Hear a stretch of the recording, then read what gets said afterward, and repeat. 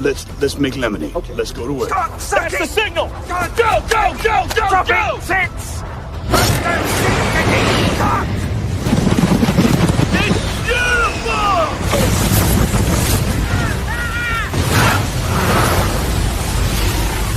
Mother Nature just pissed her pants, dude! Start your day with a jolt of energy and no-holds-barred opinions. This is The Rush, where Travis Justice and Ross Peterson bring you bold, unfiltered, and uncensored takes on sports, life, and everything in between.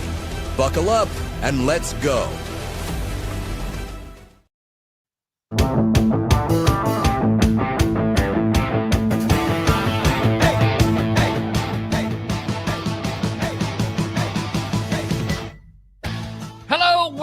Welcome to the Rush Radio Show, powered by Willis Automotive. Happy Wednesday.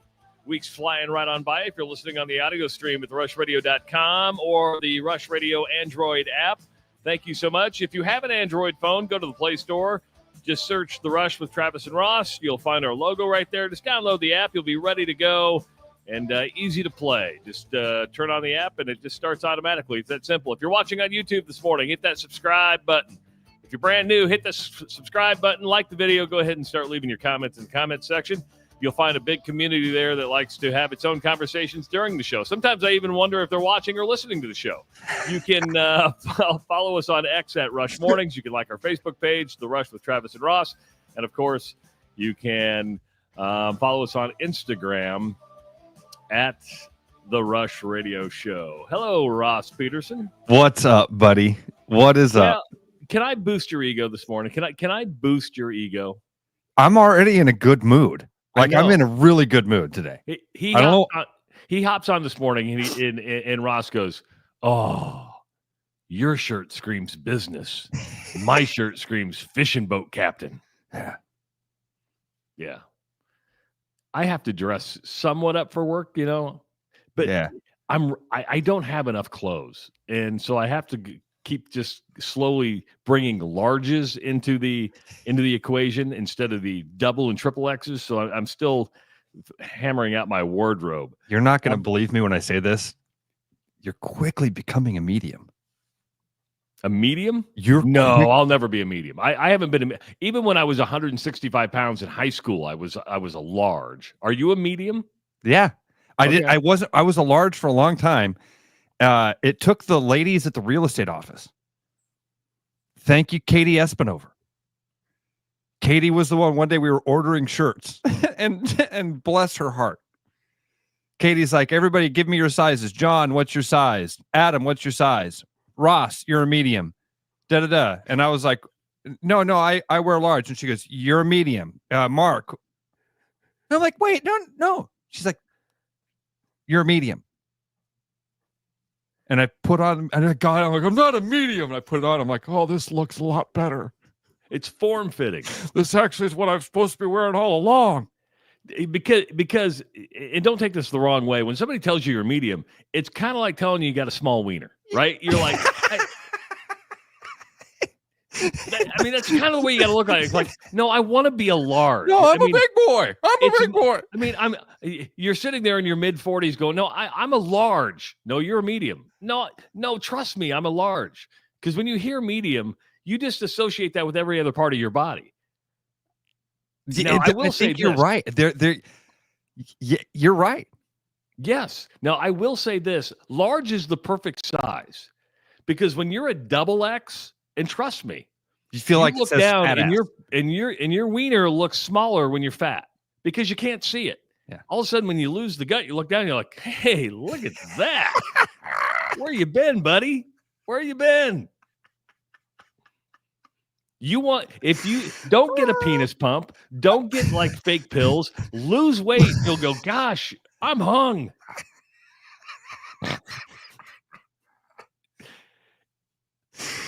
This is going to be a fun day. I can tell it because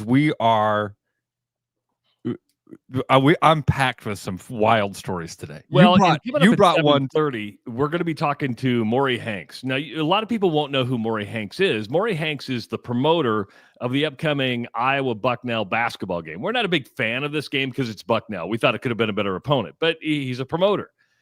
But Mory Hanks has a much deeper story. And I think Ross got excited when I called him yesterday. I say, hey, we're talking to Mory Hanks. You're like, okay. I go, he started Marathon Oil. So back in the days when college basketball teams played exhibition games, you had Pella Windows and Marathon Oil was like the two big teams that they played. He actually was the guy who formed the Marathon Oil teams. So we're going to talk to Mory. He's coming up at 7:30. Tickets for the Iowa Bucknell game go on sale Friday at HighBTix.com. They're going to be playing, of course, at Wells Fargo Arena, soon to be Casey Center in December. But we'll talk to Mory. But I wanted to boost your ego a little bit. Okay. I got a DM yesterday on my X account. And I just thought you would want to hear this to start your morning off right. I thought this would start your morning off right. Okay. Morning, good afternoon, Mr. Travis Justice. Called me Mr. You want to make me feel old? Call me Mr. It's like, oh, okay. You know, I don't mind it like when Greta's friends are over. Hello, Mr. Justice. You know, that doesn't bother me. Grown man calls me Mr. I'm like, man, it makes me feel old. I'm hoping you will share this with Ross Peterson. I want to tell you that 6 a.m. is a little early for me, but I make it every attempt to get up and watch you guys on YouTube.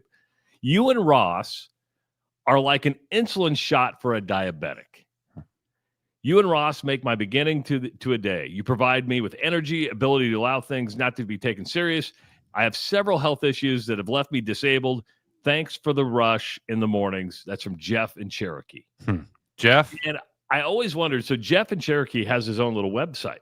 And it has to do with sports. And I don't know if you see, we get posted a lot. I'm like, who's reposting our podcast? I never knew who it was. Oh, yeah. Well, it's Jeff, and he reposts our podcast for us. I see that every day when the podcast gets posted, I see it get retweeted. Yes. On Twitter. Jeff, thank you, dude. Yes. Man.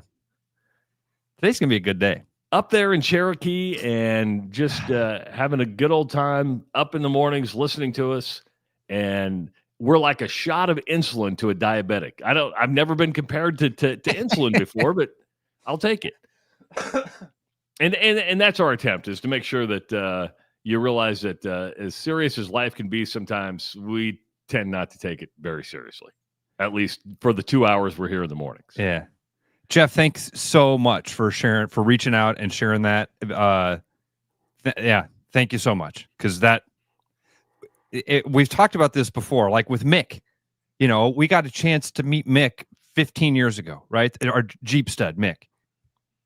And I had a similar interaction with Mick one time of like, man, hey, life is really crappy sometimes. It's really, really hard. And for a couple of hours a day, I forget about it. Yeah. And you and I have both used this show in that way. We both use that show right now in that way, in some capacity. I mean, you're going through a lot of life changes. And man, it is. Thanks a lot, Jeff. Thanks for being a part of the family, being part of the group. By the way, speaking of how much fun and how this day's fallen together, Bill Blank says he can join us. He says he could call in like 15, 20 minutes. But we'd rather have him on the show, right? Yeah, I mean, if he can use, did you send him the link? I haven't yet. No. Okay. Say, hey, you can use your phone and use the video thing, but you just send him the link. Because I guess, and Reverend Ray pointed this out, but you saw it. I didn't see it last night. I guess there was a pissing match on the socials last night? This was not last night. This was not last night. This was like last week. Okay.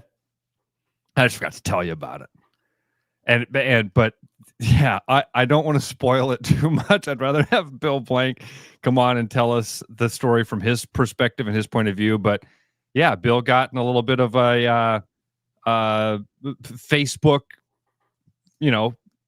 spat with a well-known personality. Damn. Jason says, and we need to say goodbye, I guess. Well, it's not goodbye because you can reach us anywhere across the world. But Jason says, last day of living in Iowa, fellas. Man, yep. Where are you moving to? Jason is moving down south. He's moving to the southeast. I want to say Jason's moving to Florida or to New Orleans. He's moving down south, moving to the southeast. Jason grew up down in the where my ex-wife Erin grew up. He's an I-35 kid. Great guy. I've met Jason several times. Yeah. Beautiful wife. I-35? Yeah, he's Truro, St. Charles. He's in that area. It might even be a St. Charles boy. Louisiana he's going to. Get ready for humidity. Just to let you know, if you think it's humid here in the summer, you are going to have ungodly like humidity. Just prepare yourself for it. That when you walk outside, it's just wet. It is just absolutely wet. Jason grew up in New Virginia. It's one of the other communities for I-35. Isn't that where the Iowa fireworks farm is? Yes, that's exactly. Yes. That's what. Yeah, when we talked about the Iowa fireworks farm the other day, Jason was like, "My hometown." See, we're going to be talking about the Iowa fireworks farm a little bit later in the show, and your chance to win the Godfather, a $700 pack of fireworks that go boom, boom for the 4th of July. So, yeah, it's going to be a fun day, and we're glad you're joining us. I have since we're already 10 minutes in. I'm just sorry. I've already shared 2 stories with the friend group this morning. Okay. And I don't want to jump to one of your punchlines here, but dude, this Ernie Els story I just shared with you right before we went on the air, this is hysterical. So, we're not going to get into the topical recent stuff. We're going to go back in time because, we've talked about with Corey from Bats and Bugs. And by the way, the mosquitoes are going to be coming out. You've got the bugs, the ants, all that stuff. Make sure to call Corey at Bats and Bugs and take care of your pests, take care of your bugs. He'll do everything he can to get rid of them. Make sure you get that regular maintenance, piece of cake. But we've talked about putting a squirrel in a phone booth before, right? And trying to catch said squirrel. And then if you watch like stuff in Britain, they'll put people in a phone booth and they'll just go fisticuffs. It's phone booth fighting. And you're like, this is crazy stuff. Well, it comes to find out that, professionals that have a big name might have a screw loose, just might have a little bit of a screw loose. This came from my buddy, Mike McCree. And Mike had sent this to me, and I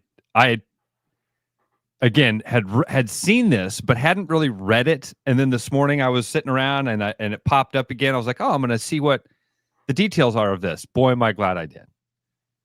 This comes from Golf WRX, and it's been confirmed. The story has now been confirmed by several different people, and it is, as Travis said, a couple years old. It's when Ernie Els was playing on the tour, and he was playing with a golfer by the name of Steve Marino, and they happened to be at the same hotel at a bar in Japan at one point, and Ernie Els didn't know who Steve Marino was, and they start chatting and having a beer, and he says, "What do you do for a living?" And Steve Marino says, "I'm actually head of you on the leaderboard."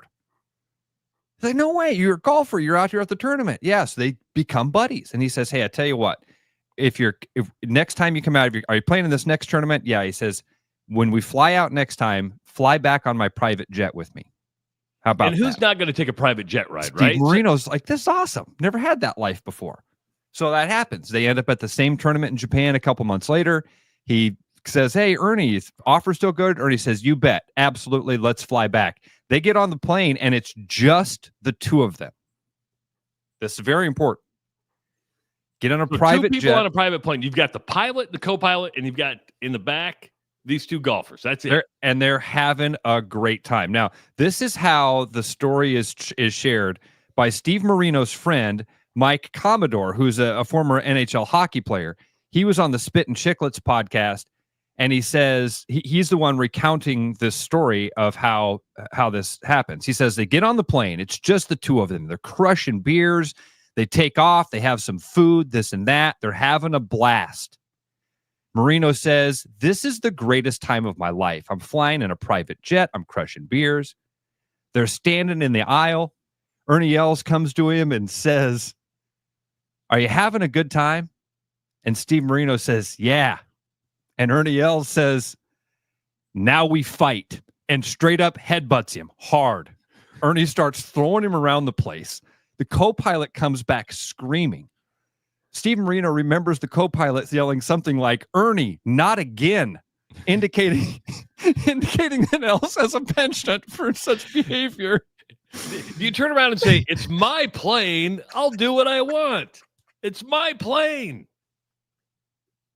Ernie Els a big dude. He is a big dude. 6'3". Steve Marino, I looked it up, is 6 foot tall. He's a stocky 6 foot, but in a plane, in a private plane, and all of a sudden the dude said, "Are you having fun?" Yeah, it's the best time of my life. Now we fight. Now we fight.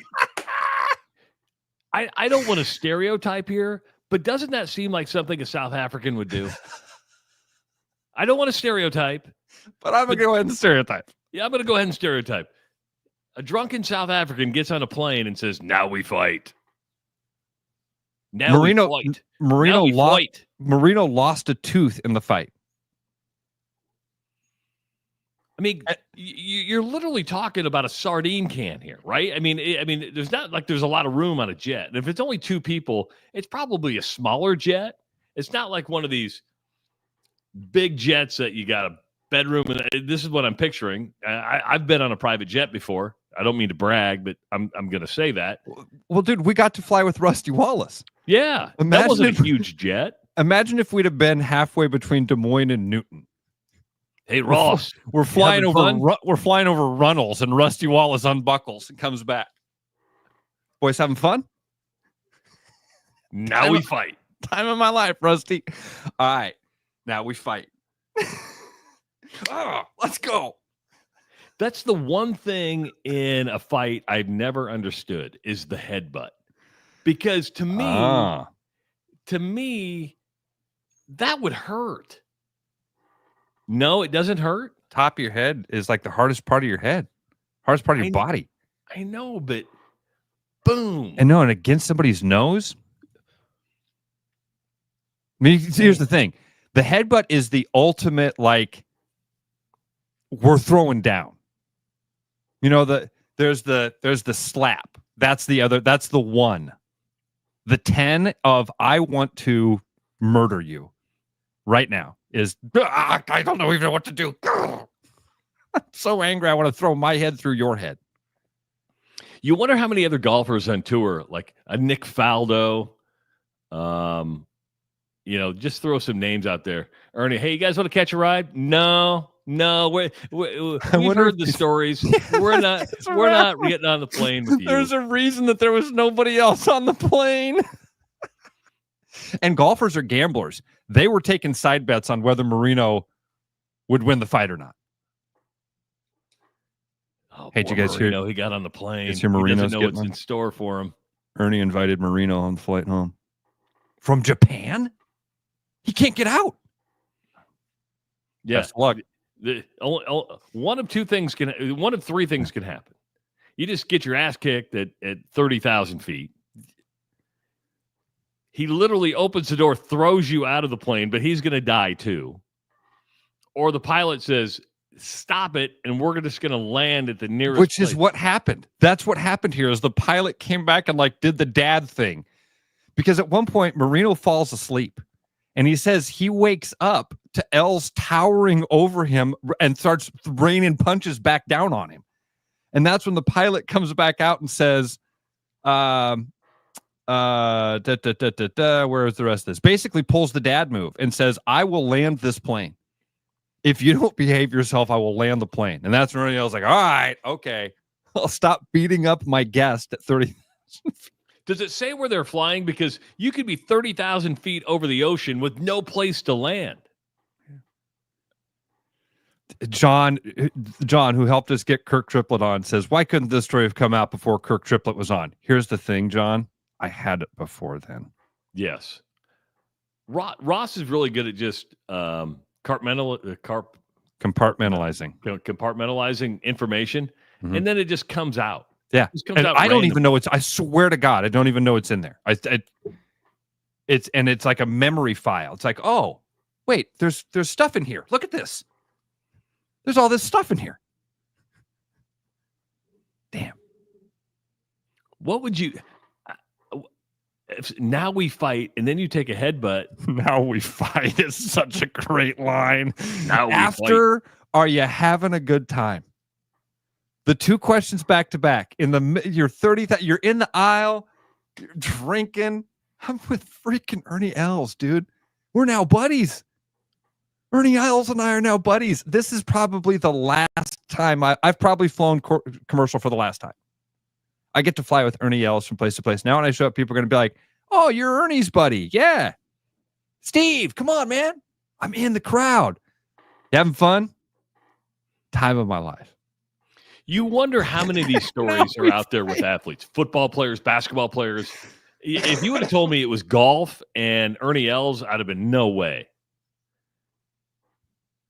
But now you're like, if this happened with Ernie Els, how many other, think about NBA charter flights, right? You wonder if teammates get into fights. But those could be broken up a lot faster. That's true. And the teammates, yeah. That's a great point. That probably gets to that fight, that interaction thing we've all seen where it's two guys, barrel chesting each other. I'll kick your ass. I'll kick your ass. Hold me back. No, hold me back. That I think that was what would happen there. This is you're in the phone booth at 30,000 feet with your ass kicked with a 6'3" South African. See, you just stereotyped there too. I just said facts. I just stated facts. He's a 6'3" South African. You're the one who said that there were all sorts of other things that came with that. I didn't say there's also. I put the accent. I put the size. It's almost like he lured him on there. He's like, that's what I kind of feel that way about it. Okay, I'm gonna get you drunk, and was it all make you think you're having a good time? Because again, the story starts with, how did you guys meet each other? Well, I was kind of a dick to him at the bar. He came up and didn't know who I was, so I poked a jab at him about how I'm actually ahead of him on the money list right now. And I think that was might have been what, maybe this was Ernie Els' ways of going, oh, you got money? Now, didn't Ernie Els also confirm They've both confirmed this. They've both said, yeah, Ernie Els' quote, oh, shoot, man. Because then I went and looked this thing up to find some other sources on it. And Ernie Els' quote on it was, it's just myself and Steve coming back from Japan to Palm Beach. We had a ton to drink. There was a lot to talk about, and we kind of hugged each other. It was a love fest on the airplane. Nobody got seriously injured. It was all in good fun. It was just what guys do when there's a lot of testosterone running. No, that's not what guys do. You've been around guys a lot. Have you ever thought, let's just throw down? Listen, my buddies and I have done takedowns for dollars, and I've wrestled. Yeah, I've wrestled about every one of my friends at some point. You're more aggressive than I am, and I'm the one who's been in a fight on this show. Nothing like not headbutt. Are you having fun? Yeah. Now we fight. What? Not having fun. What? Not having fun. Not having fun now. Not fun. Not fun. Not fun. Not fun. At what point do you realize I'm on an airplane, I can't get off, and there's nobody here to pull him off me? Within about 4 seconds of him saying, now we fight. I think when his head strikes your nose, that all that thought goes through your head in a minute. Hey, wait a minute. Did he trap me on this plane so he beat the shit out of me? Oh.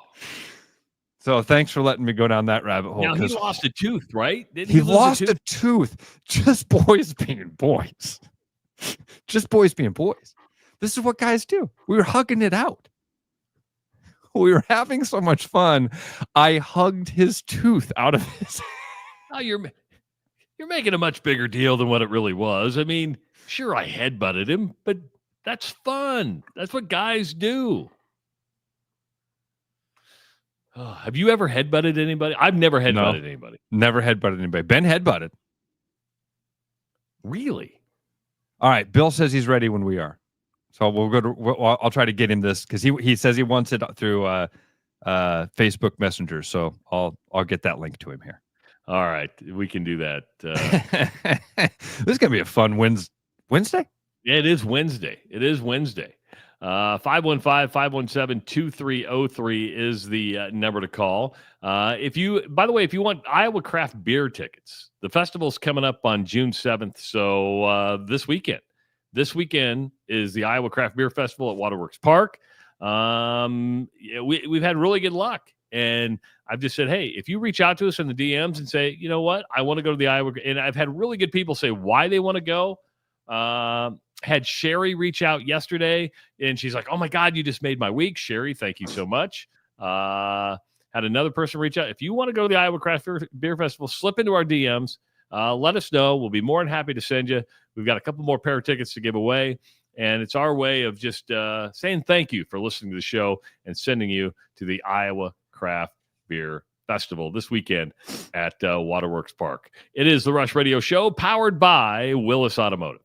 Your house wasn't built for bats, birds, or raccoons, but try telling them that. At Bats and Bugs Pest Solutions, we've been helping Iowans take back their homes for over 20 years. We use cost-effective, eco-friendly methods to solve wildlife and pest problems the right way. Whether it's bats in your attic, birds in the vent, raccoons in your chimney, or moles in your yard, we have long-term solutions.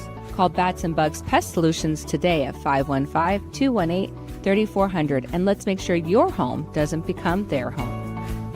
The Royal Mile, where everyone's a wee bit British. The Royal Mile is downtown Des Moines' living room with classic pub favourites. Pair them with a glass of whiskey or an expertly poured Guinness. It's bloody brilliant. The Royal Mile, a proper British pub.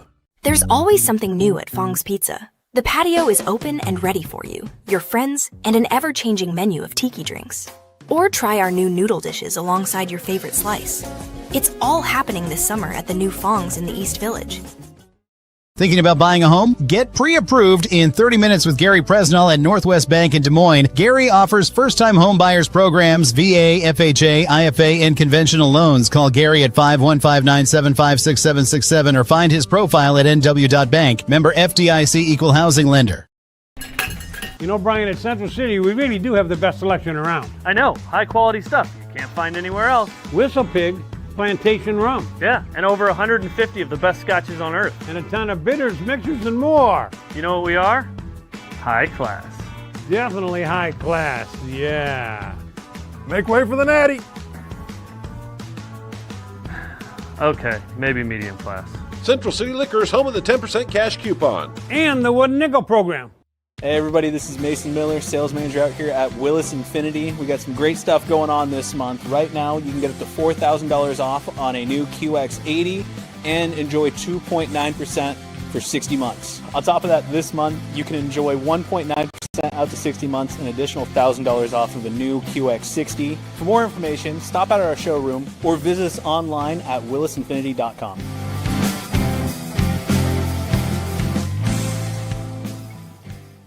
There's a new spin on casual dining near Drake University. Lucky Horse Beer and Burgers. Craveable faves, flatbreads, delicious burgers, frozen cocktails, and a crazy cool vibe. Get to Lucky Horse Beer and Burgers today.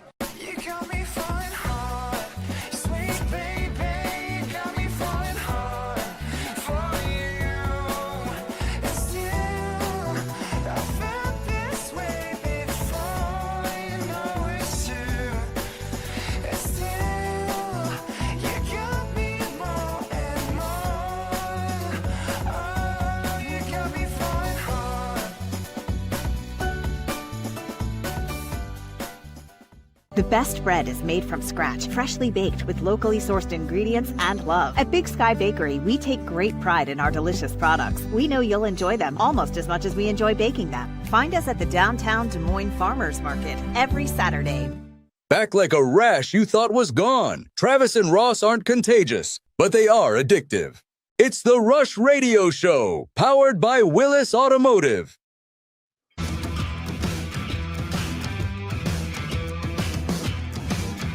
Welcome back to the Rush Radio Show, powered by Willis Automotive. Happy Wednesday. We were a weird start to the show, fun start to the show as we were talking about Ernie Els Basically baiting somebody to get on a plane and kick the shit out of him. What a weird. Weird. I also wonder if it was like a known thing. And that's why he flies alone. Like, hey, nobody else on this plane. Nobody else could hop on with you. I mean, nobody else can hang. Of all your friends, who would be the one to do that? Of all To, your friends, to do which? To bait you onto a plane and beat the shit out of you? Yeah. Would it be Bill Blank? Would it be Bill Blank? Bill be up there. Bill be that's a pretty good trick. Yeah. Well, let's bring See, Billy on right now. Let's bring Billy on because it sounds like he baited a friend on Facebook and then pulled in one of the greatest players in Iowa State history and decided just to gang up on him. Morning, Billy boy. How you doing, man? God, you guys look great. You look great, Travis. I haven't seen you in a long time. Thank you, sir. I appreciate that. Yeah. Why are you picking on Troy Davis for? Man, I had to, I mean, really at the end of the day, kind of a put your foot in your mouth situation. So Chris Shipley put up a post that was this video of the Bob Hope All-American something or other, and it was a really bad thing, you know, like Tommy Frazier comes up and there's some, you know, they got cue cards back there and they read some lame-ass joke. Yeah, hey, but Merry Christmas, Bob. You remind me of all the quarterbacks that I love and yada, yada, you know, some stupid thing. Keyshawn Johnson comes up. Merry Christmas, Bob. You know, and he's got a whole thing that's supposed to be funny and yada, yada. About 5 guys. And then Troy Davis. Merry Christmas, Bob. So anyway, he posted this video and he puts on there, this video shows, you know, an appearance by Troy Davis, who got robbed of the Heisman that year. Well, he tagged Troy Davis, and I didn't notice. And so, I make a comment to bust Chris's balls, you know, because we just have the Iowa State ball busting thing, right? You know, so I comment, yeah, his ACT score was also a robbery, and Troy Davis sees it. Yeah, Troy Davis comments, and he says, you know, oh well, that your opinion, wow, whatever. Like he didn't exactly respond in a way that would prove me wrong, and. You're saying his grammar wasn't quite there? Punctuation, lots of stuff. But anyway, it just, you know, it escalated. At one point, he got obsessed with me. He started just stalking my Facebook page and posting all these pictures and like making fun of them. And I'm like, dude, you're posting pictures that I posted myself already. Like, how is this going to get under my skin?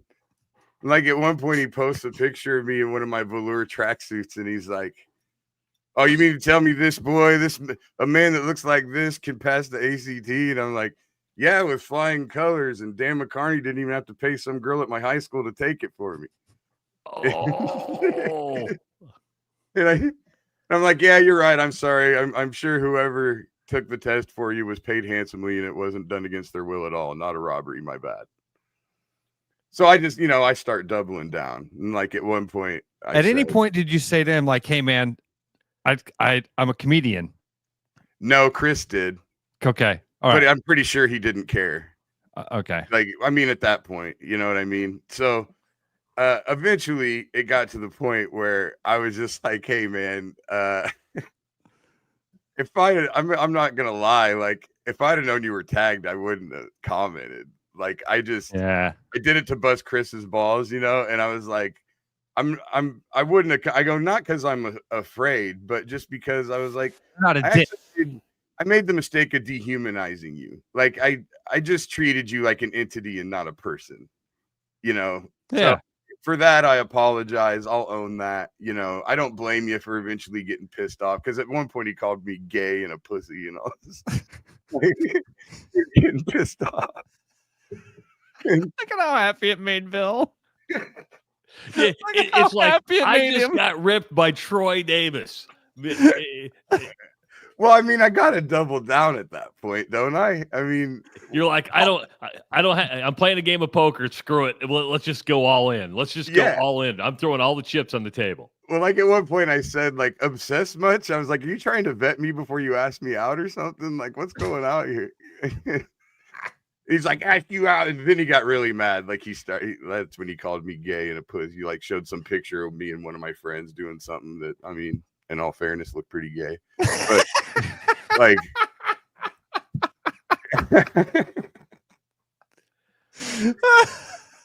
but yeah. And so by the end of it, I just said, whatever. And I said, I'll tell you what. I go, I'll my track suits are custom made. I was like, we'll pony up at 3 Beards to go get one made for you, and we'll send it to you. And then you can wear it on Chris's, because Chris has been trying to get him to come on his podcast forever, right? And you ruined that. You're not helping the cause very much. So I was like, come on his podcast or whatever. He's like, I don't need shit from you, pussy. Like,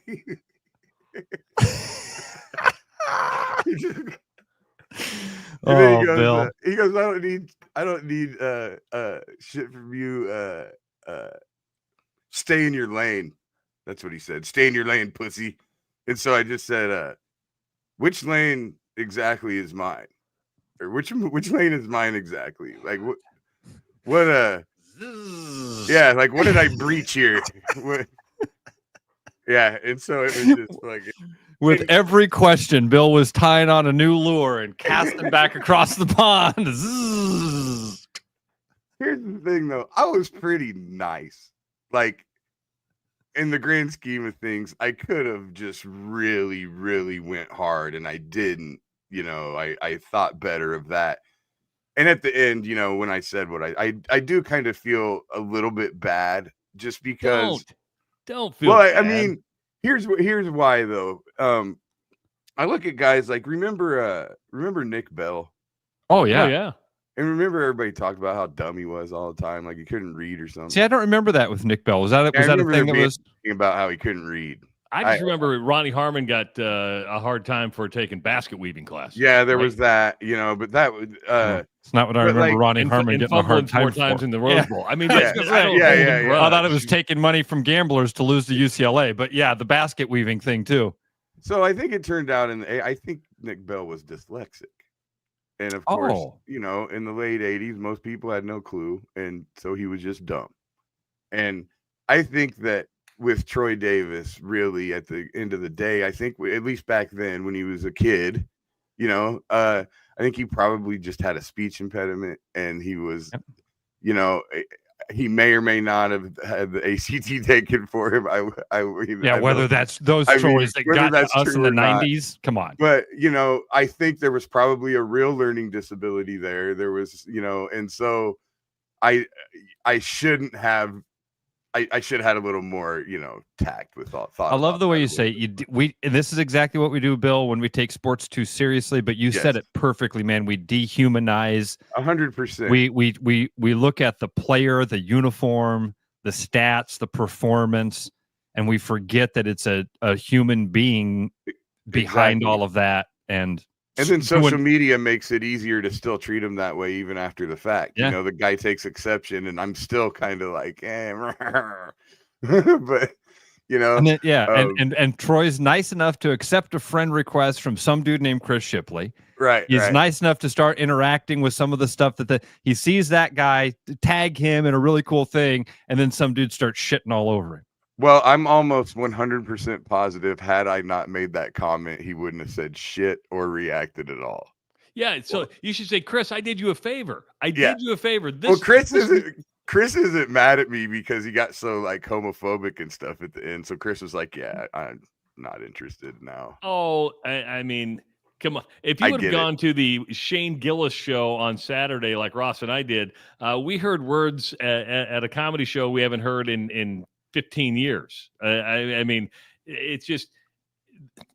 Why do I feel like you reacted gleefully to this?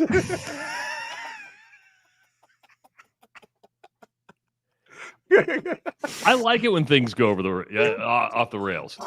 Now, what would you have done if Troy Davis said, "Hey, you want to take a private jet plane ride with just me and you?" And then he goes, "Now we fight," after some Cedar Ridge bourbon that goes down, or who's your bourbon sponsor? Revelton. Okay, after some Revelton bourbon. I think probably. I mean, this is a Division I athlete. I mean, he'd kick your ass. I'm not on that. Here's what I would do. I would give him the Doc Holliday.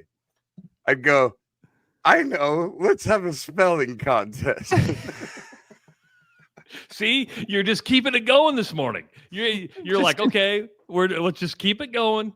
I'd be like Professor X. I fight intellectually.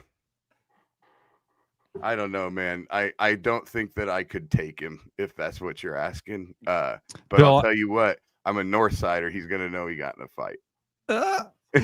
I'm not sure if you heard the story that we were talking about right before we brought you on, because I did. So, I heard the reference to Ernie Els, but I know nothing of the story. Ernie Els invited another pro golfer one time to fly home from Japan on his private jet. Just the two of them. They got drunk. They got drunk. They were having a great time. By all accounts, they're in the middle of like drinks, standing in the aisle, and Ernie Els says, "Are you having a good time?" And the guy says, "I'm having the time of my life." And Ernie Els says, "Now we fight," and headbutts him in the nose and starts wailing on him. The pilot had to come back from the co-pilot had to come back. The guy remembers the co-pilot saying something like, "Ernie, not again." So this is like a thing. Ernie Els would invite dudes to fly home on his private jet. I don't know that it happened multiple times, but allegedly. Isn't Ernie Els kind of a horse? Isn't he kind he's of a big dude, hulking man. guy? Yeah. South African, man. Yeah. You don't mess with those South Africans. Well, I think the white ones are okay. I don't think so. I don't think they went through anything, Travis. I think those white South Africans have had it pretty good. Not anymore, dude. Not Are you anymore, even paying attention? What the hell are you talking about? Speaking of white privilege, I've asserted mine. I don't pay attention to anything. Oh, dude, anymore. you should. You honestly should look that up, because it's the exact opposite right now. White farmers are being murdered Really? For being white. Sins of our fathers, I suppose. Thought it was bad. Thought we weren't supposed to kill people for their color. I'm just kidding. You know how my brain works, Ross. I can't help but think of the first. I mean, you're just Troy Davis may have given you all new material to where you can get back on stage, right? Have you been touring at all? You've been on stage? Oh yeah, I have never stopped. I just don't work as frequently. Like the way comedy is right now since COVID, post-COVID, you can't make a living in the way that I made a living before. Like I'm more or less a career opener, where you would go to a Funny Bone or an Improv like Wednesday through Sunday, right? And do 7 shows. Wednesday and Thursday, I would headline. Friday, Saturday, Sunday, I'm opening for, Greg Giraldo or something, right? That's a nice check at the end of the week. Well, now all the clubs are pretty much just doing Friday, Saturday shows, and they're only doing one. And Wednesday and Thursday are some TikTok star or something, which is fine. I mean, they're keeping the clubs open. That's butts in the seats. I'm okay with it. But that's kind of how the lay of the land is now. So I can't afford to go to Albany for 2 days. I need to go for 4 or 5, so it's just different. But that's why we do like Billy and Willie's podcasts and different. I'm recording a special in November for open bar comedy, which is, I know you guys have probably heard of Dry Bar, right? Yeah, I've heard of Dry Bar. Yeah, Dry Bar comedy is like the big. They film them in Mormonville somewhere. I can't remember if it's Utah or Idaho, but it's squeaky clean. That's why it's called Dry Bar. Oh, okay. open bar is the antithesis of dry bar. So open bar is just open, whatever. Blue. Yes. Or just whatever. I mean, maybe there's a clean guy or two on there. I don't know. But anyway, I'm recording that in Colorado Springs in November. So, you know, you just, at this point, I think what you do is you just try to do some projects and hope one of those projects does something for you. And that's the game now. If you're not putting butts in the seats, you're not making a living. So, you know, you got to find other means of income and do other things. But that's life, man. You got to make adjustments. I'm about to be 47 years old next month. It's got to have I've got a mortgage now. Well, you got it. You're adulting is what it is. We call that adulting. Yeah, you know, but glad you waited till you're 47 to adult. Such a relative term to me. The adult, you know, I feel like that's the answer that everybody makes. You know, that's like the excuse for giving up. Just kind of like, you know, when if I complain about something, I don't know, let's say I went to work and I was bitching about having to get up too early, you know, and welcome to adulthood. No, screw you. I could have done something else and got up later, you know. Well, we're glad you got up this morning. Thanks for answering the call this morning, buddy. Hey, I will say this, and I showed Ross this. You're going to want to play the Omaha Funny Bone very soon. I know. It's amazing, right? It is amazing. Yeah, I know Colleen's had her plate full ever since they kind of made that decision. So hopefully, as things die down, I'll get out there for sure. The room is amazing. So, all right, Billy, thanks for pissing Troy Davis off. That was a great story. Hey, I love you guys, man. See you, brother. Bye, buddy. All right. North High Hall of Famer Bill Blank joining us on the Rush Radio Show, powered by Willis. Good point. That's the lead-in right there. Ladies and gentlemen, we got him. We landed him. It's the North High Hall of Famer, Bill Blank. Have you ever done that? Because you are a keyboard warrior as well, and I mean that in a complimentary way. If you get into a verbal spat with Ross, he's going to win. And you have this trigger when you get on a roll. Have you ever been in a spat with somebody pseudo famous like that to where they got tagged? That changes it. Don't recall it. Not off the top of my head. Travis, I think if it would have happened, you know, man, I probably got lucky in that I stayed off social media when I was doing the politics thing for the most part, because that probably would have been where I would have got out over my skis. No, I can't think of a time when dude, have I first of all, I've done that verbal volcano thing that you're talking about. And I know that's like that's my dirty little weapon that I've got in my brain. So I really, really, really try not to do that. Because, man, I get to that point where stuff's flying out of my mouth that I don't want to fly out of my mouth. I'm saying things that I'm regretting as I'm saying that. I'm going, shut up. My mouth just keeps moving. So I try not to do that. And I really try not to do it online. I mean, there's trying to teach my kids this, man. That stuff's out there. And anything that you put and hit post, anybody can screenshot, and then it exists forever. Yeah, I got into a verbal spat with nobody really famous, not famous at all, but a reporter over there at KCCI. And it was Bo Bowman a couple of years ago. I don't know if you've seen Bo Bowman on TV or not. Well, what happened was he was fairly new at KCCI, and he was at some festival, and some drunk girl walked by him and grabbed his ass, right? And he showed the video, and he called it assault. I'm doing a job, don't assault. I'm like, dude, a girl just grabbed your ass. I mean, you reach a point in your age, you're like, hey, you just grabbed my butt. Thanks, man. That like validates me, right? I would kill at my age for somebody to grab my ass. I can't even get my wife to pinch my ass right now. That wasn't assault. That was saying you got a nice butt. Well, he disagreed with it, and then all these women's groups got on me saying, "Oh my God, how can you condone this?" She grabbed his butt. It wasn't like she fondled him. It wasn't like she took advantage. She dropped by and pinched your butt. And I went and I kept fighting for me. I doubled down. I know you. I got ganged up on. Yeah. I mean, if somebody walked by and grabbed your butt, would you be offended, or would you be like, God, she thought I had a nice butt? Well, she'd have to have good aim. Because I have a tiny butt. So that's my joke about. I have no butt. So if she hit my butt, I'd be like, "Hey, good job out of you." You know, you mentioned the Ernie Els fight in a weird thing. This happened in New Mexico, and again, we're going down rabbit holes today. Eli plays JV baseball. Oh. Give Eli a piece of advice: don't pee in the water jug of the opposing team. This story is wild. This is out of New Mexico.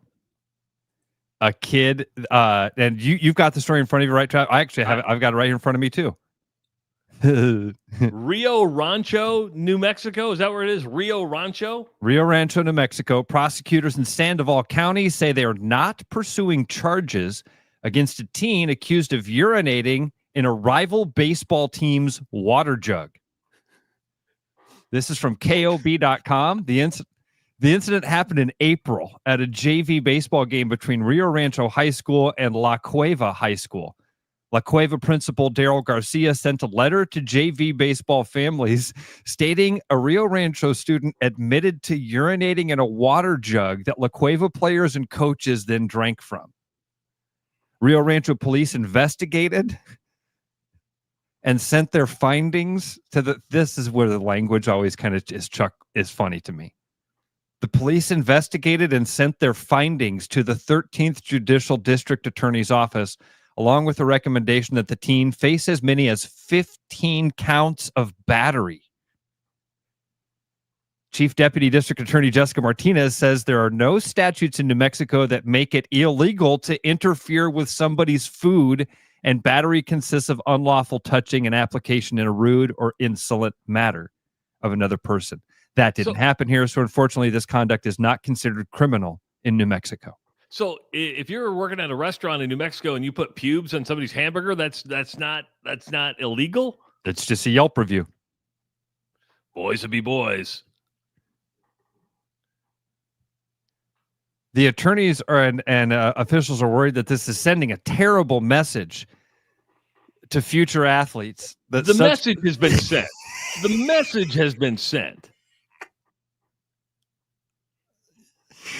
I love it when stuff turns this. What sort of message are we sending to the kids? If we don't throw the book at this young man, do you know how many water jugs are going to be pissed in the future? We have to charge this young man with 15 counts of battery for pissing in a water cooler at a JV baseball game. If you would have started off with like a misdemeanor, simple misdemeanor of like, hey, you can't pee in the jug. What are you in for, man? Robbery. How about you? Murder. How about you? Pissed in a 14-year-old's water jug. You know, you bastard. It's kind of like, I think I've told this story on the air. It's kind of like when my son got in trouble in high school. Kind of the same age. Him and some buddies driving around the neighborhood at night, and there's a big inflatable turkey out in the yard, right? Big inflatable turkey. Yeah. Well, they take the turkey, right? They take the turkey. Okay. They get all upset. They're mad. They're trying to find the person who does it. They go back the next night. They replace the turkey with another turkey. They took it again. I go, what'd you take it the second time for? He goes, who puts it back out? But again, I was mad, but I laughed too. And to me, I hear the story. I go, who leaves your water jug just laying there by itself to where somebody can urinate in? Well, what I imagine happened there, Travis, is you are the visiting team coming to.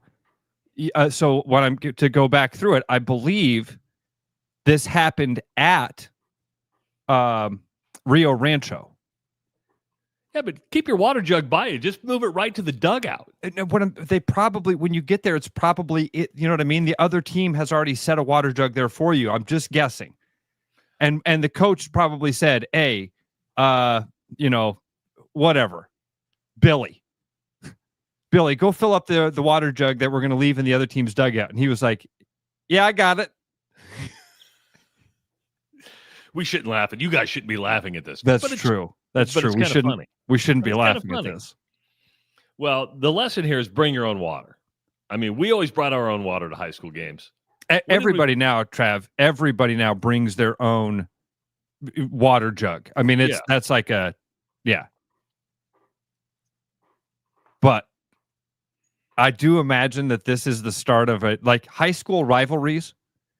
You know, there's always the thing of like when Roosevelt doesn't have a football field, and so when I was in high school, Roosevelt would play their home games in different places. Sometimes they'd play at Drake, but if Drake had a game or some sort of thing, they'd have to play like at Williams Stadium. Well, one year, Roosevelt had a home game at Williams Stadium, so the Roosevelt students broke in and bleached a giant R into the 50-yard line. Oh, I like that. I thought that, even as an East student, we were like, oh, that's kind of funny and cool. Wish we would have thought of that. That's so East Side right Those bastards! Yes, they pulled off. They did a good one. Why didn't we think of that? Oh, God. You ever peed in somebody's water jug? I haven't. No, I wouldn't be that malicious. I'm trying to think what the meanest prank I ever pulled was. Something like that. Like, I think I would have been too afraid of the other team finding out and beating me up. Ernie Elsing me. Now we fight. Having fun. Now we fight. Now we fight. I can't get that out of my head. Are you having fun? Yeah. Now we fight. Wham! What the? I'm glad we find ourselves funny. I really do. Glad we find ourselves funny. Dude, this is why we laugh in the morning. 515-517-2303 is the number to call. I do want to remind you that the Iowa Fireworks Farm is the place to go when you are ready to light up the sky. You can get your boomers, your bangers, your showstoppers at Iowa Fireworks Farm, the biggest fireworks store in the state of Iowa. Not far from wherever you're, well, I shouldn't say wherever you're at because we do have people listening worldwide right now. But if you are in the metro area, you're about 25, 30 minutes away from the New Virginia exit, just straight south on I-35, and an amazing warehouse down there, Trav. And you can preview every single product that they have. I shouldn't say every single product, but most of the products you're going to be able to actually see what you're going to be lighting off, which is, kind of a cool feature. So don't feel like your expectations get out over the top. And each and every week here on the Rush Radio Show, between now and the 4th of July, we're going to be giving away a $50 gift card so you can stock up. And one lucky winner will score The Godfather. The Godfather. It's a $700 fireworks mega pack that will blow your mind. So how do you win the $50 gift card or the Godfather? You go to therushradio.com. That's therushradio.com. Go to the promotions tab, fill out that information right there, and you're going to be ready to go. You'll be registered to win. We'll give away the first $50, I believe, on Friday, and then the $700 Godfather mega pack right before the 4th of July, so you can celebrate the 4th in style and celebrate America with the Iowa Fireworks Farm, a bumper crop of boomers at dirt cheap prices. It is the Rush Radio Show, powered by Willis Automotive.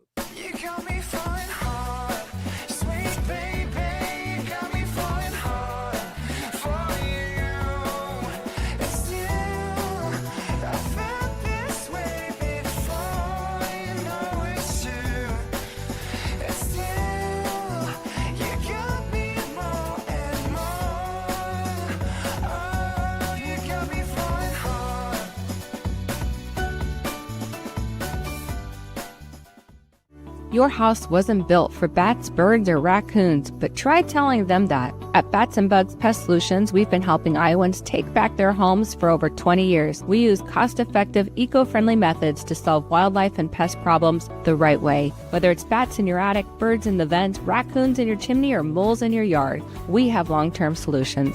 Call Bats and Bugs Pest Solutions today at 515-218-3400, and let's make sure your home doesn't become their home. Hi, my name's Jerry Rodriguez. I'm a Lexus technician.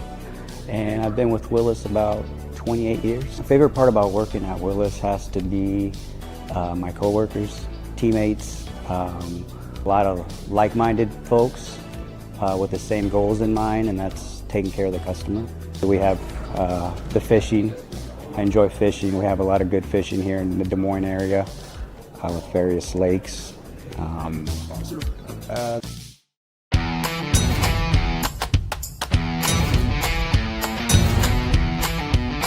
The largest selection of German beer in the world? You'll find it at the Hessen House. From Doppelbocks to Oktoberfest to Hefeweizens and Dunkels, there's no passport needed for the deliciously different beer and food at the Hessen House.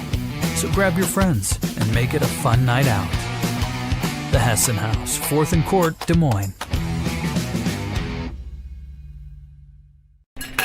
You know, Brian, at Central City, we really do have the best selection around. I know, high quality stuff you can't find anywhere else. Whistle Pig Plantation Rum. Yeah, and over 150 of the best scotches on earth. And a ton of bitters, mixers, and more. You know what we are?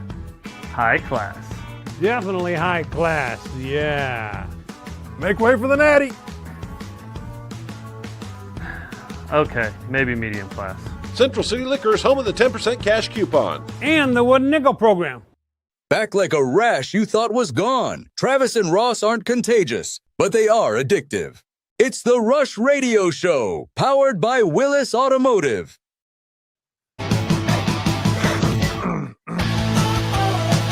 Hour number 2 of the Rush Radio Show, powered by Willis Automotive. Happy Wednesday, everybody, if you're listening on the audio stream.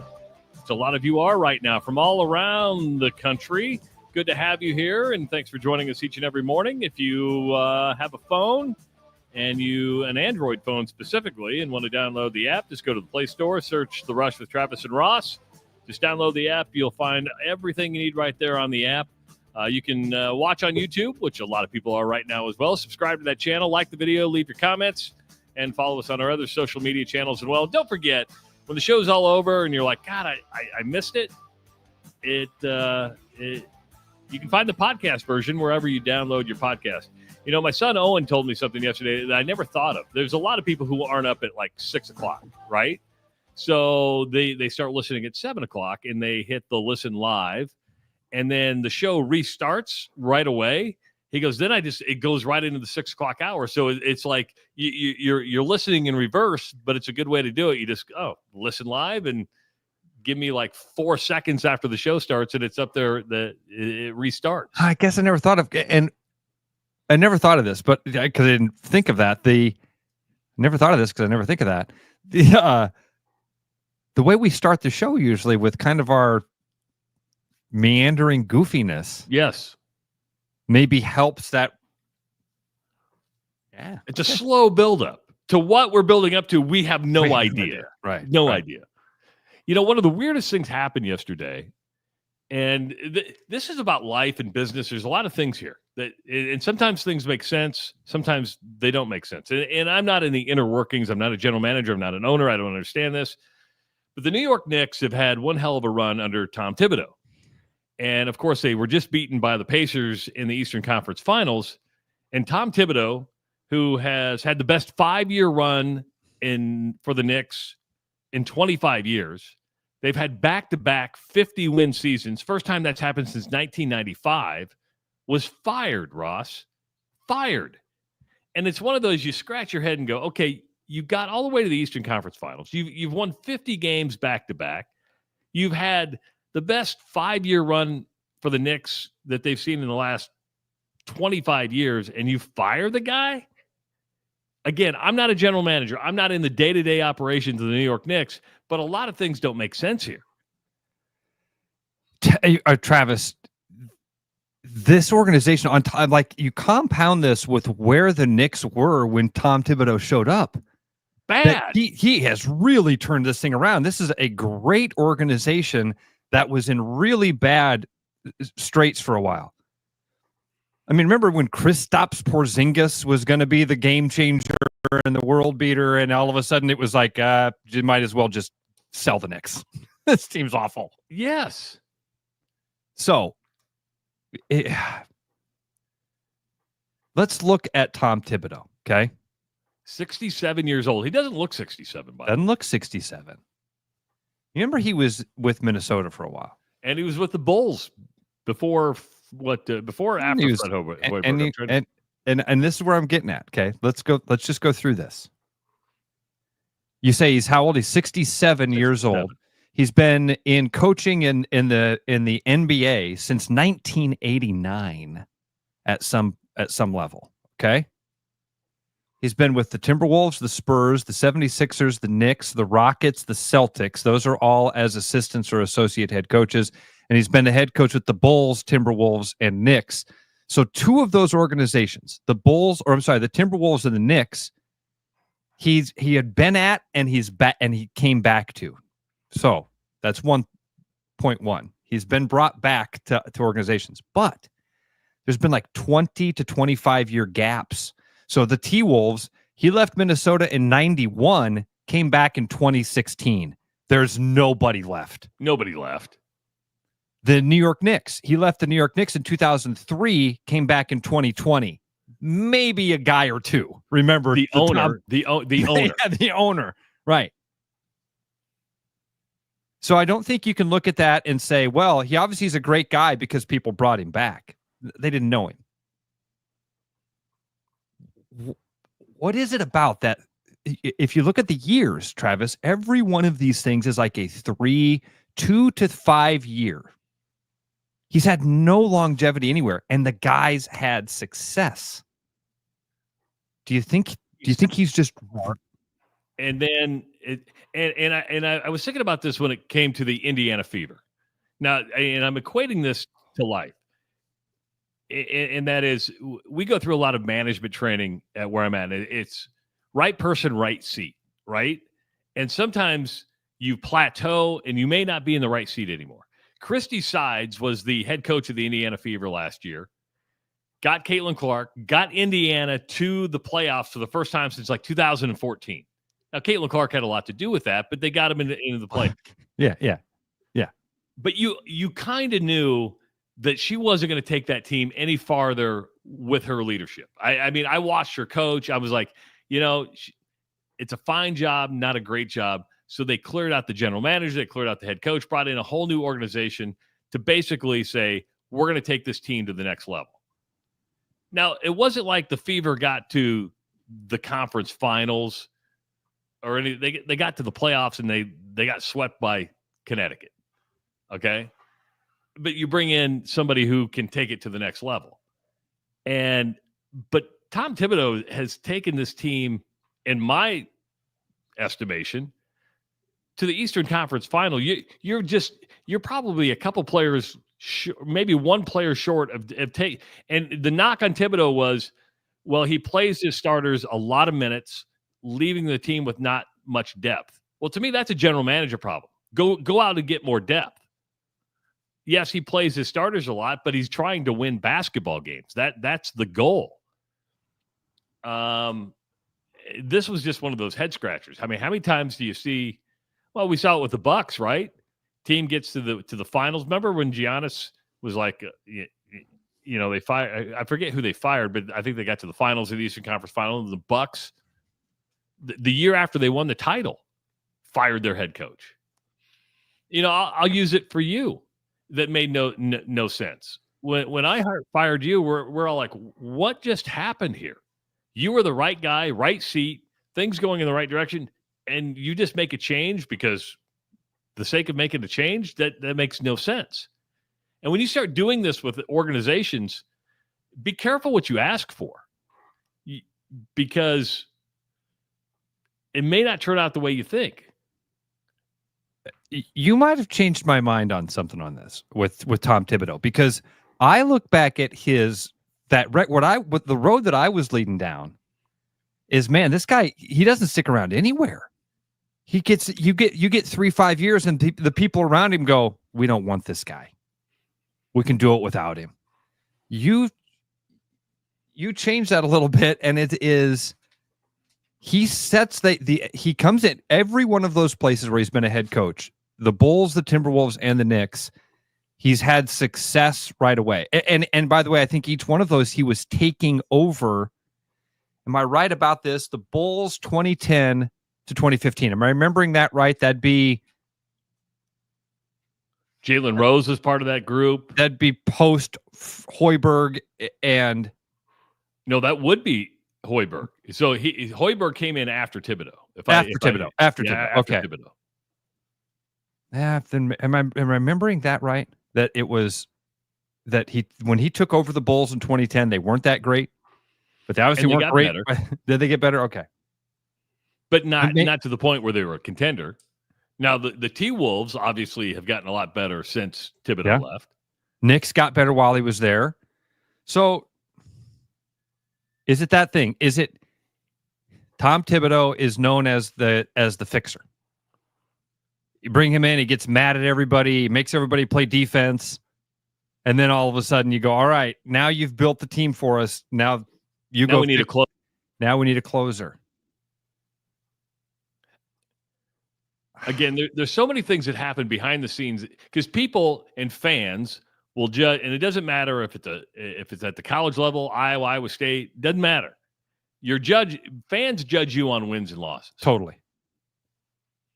Ben McCollum will be judged on wins and losses. Yep. And McCaffrey may have been a really, really nice guy, done a lot of things, but he was judged on wins and losses. And that's what fans care about. Are you winning? Now, from an organizational structure, it comes down to leadership. It comes down to, can you take it to the next level? Do you have that ability to do so? This was just one of those head scratchers. You're like, okay, you beat Boston. You got to the Eastern Conference Finals. Sure, you lost to Indiana. Nobody likes to lose, but that's sports. But you at least bought yourself another year. Nope. Not going to happen. I'm just looking back at. He's a better than 500 coach. He's almost got 1,000 games in the league as a head coach. 998 games as a head coach. He has 578 wins and 420 losses. There you go, Ray. 420. With Chicago in 2010. In Chicago, they actually won the Central the first 2 years and then finished second the next 3 years. They went conference finals, first round, conference semifinals, first round, conference semifinals. With Minnesota, his last year, they were not good. His last year was 2018, 2019, and he was 19-21 and got fired midway through the season. But with New York, it's exactly like we're talking about. That team did get better. They went from the first round. They missed the playoffs. They went conference semifinals, conference finals. They're stepping up the ladder. Is he hard? I think he's hard to work with. That wouldn't surprise me. I think he's very demanding. It's a recipe for success. I know how to win this thing, guys. Watch. Follow me. And it's kind of a new phenomenon we're seeing in sports. And sports has gone from hundreds of millions to now like the billions, right? In valuations. And we saw the Denver coach get fired. I mean, he'd won a championship. And this is why coaching is so hard. Kirk Ferentz is going to be lucky because he'll get to retire on his own terms. Most coaches don't get to retire on their own terms, whether they win or not. It's like, well, can you take us to the next level? Guys like Kirk Ferentz and maybe Matt Campbell are going to be rare birds in the flock to where you'll be able to coach this long and stay at one place for a long period of time. But yeah, that was one of the weird things that happened yesterday was Tom Thibodeau getting fired. We don't talk a lot of NBA, but this is a bigger story than just the NBA. It is coaching, it is sports, it is athletics, it's life. Yeah. You're having success. You're doing the thing that you think you're supposed to do. You get fired. What did I do wrong? Been there, man. Yeah. If anybody knows, a couple times. And you were the right guy in the right seat. And it was growing. So we just took it out on our own and we continue to grow. Yeah, way better now. Way better. Oh, much better now. Much better. Much more freedom. which is what I like. And I think what you like. The Colorado Rockies beat the Marlins yesterday. So since we talked about the Rockies on Monday when they had 9 wins and 50 losses heading into June, they've won 2 out of 3. They won their first series, which came against the Marlins, Ross, since 2024. You had to go back to last season, the last time the Rockies won a series. June's off to a good start. They may win 45 games. They may just win 45 games. They're 11-51 now. No guarantees, but things are moving in the right direction. Yeah, it's again that mental thing of what that clubhouse has to be like. Good for them. Good for it. It's not as miserable as it has been when you're winning. Did you see even the pictures of that team after that series? Like, there looks like a relief. So good for them. I don't think it means anything. I'm with you. Maybe that'll mean they win 45, 50 games. They're probably the most watched team or paid attention to team in Major League Baseball right now just because of the futility. And we've talked more about the Rockies this season than we have the Yankees, Dodgers, Giants, Cubs. 22 straight series. That's incredible. But they have that monkey off their back now. Yeah, exactly. I think that's a good way to put it. That's that feeling I saw, or that emotion that you saw from that team. Monkey off the back. A relief of like, oh God, we got you know who else has a monkey off their back? Lance McCullers, who we've talked about because he was threatened. His family was threatened. You find out it was a drunken gambler overseas. Yeah. He goes on the mound last night, throws 6 scoreless innings, beat Paul Skeens, and it's his first win since September 21st, 2022. Good for him. I'm with you. Yeah, good for him. Again, monkey off the back. Can you imagine not having a win since 2020? 2022 sounds so far ago. Like, it was, dude. It was. Do you have a big celebration in the clubhouse after that? You're like, I got to win. I got to win. Maybe, yeah. I think so, especially with what he's been through. Yeah, there's got to be something in there. Now, the Colorado clubhouse, I don't think you're celebrating. I think that's more of like, all right, hey, let's get back on the bus, go get another one. Want to fight? Now we fight. Now we fight. Now we fight. That's what would happen, I would think, on the Colorado Rockies playing at some point. Just because it's, I mean, talk about the boys being boys and pissing in water coolers type of stuff. At some point, with a group of 40 competitive dudes on a plane that are losing for 22 consecutive series, there's got to be some stories of dudes.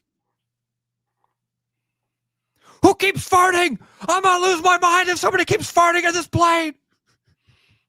Back there playing spades, or they're playing blackjack, poker. Sitting across from one another. Can't control the thing you're mad at. Yep. Can't control the thing you're mad at. So you lash out at something else. There's a story in college basketball that dates back many years when Bob Knight was a coach at Indiana, of a team doctor that was the team doctor at Indiana for 30 plus years.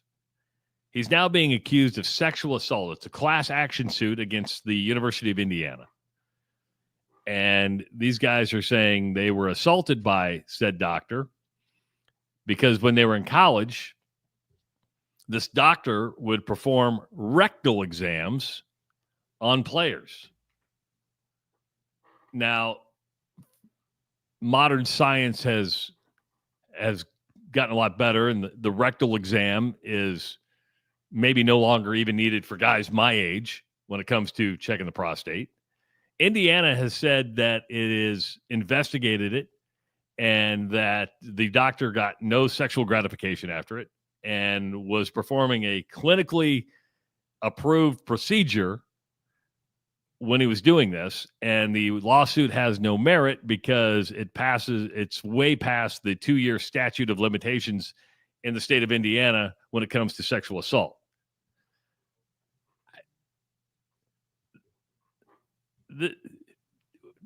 This is weird. I mean, it's not like the situation we had at Michigan State, right? No. Where it's that's an apples to oranges comparison. But man, but I don't why know are you doing what a rectal exam on a 18, 19-year-old kid?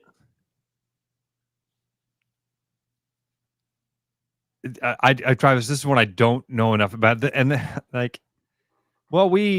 We did an investigation and found he got no sexual gratification from this.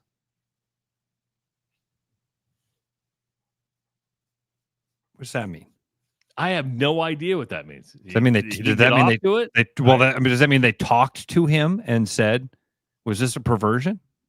And he said, "No, I was doing a medical exam." They said, "Okay." No, I don't know. And again, I'm not a doctor, as you and I. For centuries, this was considered a normal procedure, a normal thing to do to check out a guy. Most of us that are over a certain age have had it done. But again, there might be more to. I think the weird thing is, and again, just based on the story that I've read, I think that what bothers me most is that players went to Bob Knight and said, "Listen, I don't want to go to this doctor anymore. He's giving me the finger. And I don't want a rectal exam because I don't think I need a rectal exam. I'm not a candidate for prostate cancer at age 19, 20. Yeah. And Bob Knight put his foot down and said, no, you're going to go back to this. You have to use the team doctor. Now, you can't go after Bob Knight because he's dead. Right. But it shows you the level, and we saw it at Michigan State, the level of trust that coaches have in team doctors. And that is, trust me, I'm doing the right thing here. And you want to believe a guy who's got a medical degree and believe that they're doing the right things. Not excusing it, but I just kind of, I would probably be in the same, he's a doctor. He knows what he's doing. I'm 19. I don't need the glove yet. He took the Hippocratic Oath. He took an oath that he's going to look out for people. He wouldn't do anything bad. Oh, was that people lie? Oh, forgot. He's a doctor. He's a coach. That's Bob Knight. You wanted your kid to go play for Bob Knight. You begged for your kid to go play for Bob Knight. Coach, I don't like something this doctor's doing. And in fact, I've got some medical professionals in my life who have told me I don't need to have this done. Go get your finger up your ass. You know, I trust my doctor when he gives me the rectal exam because he apologizes beforehand. He tells me he gets no sexual gratification from it. He's like, man, I hate to do this, but, it's been like 4 years, so we're going to do one. And, my doctor... It writes on a piece of paper. He says, despite the eye contact and sexual moans, I get no sexual gratification from this. So I know he gets no sexual gratification from it. He took an oath.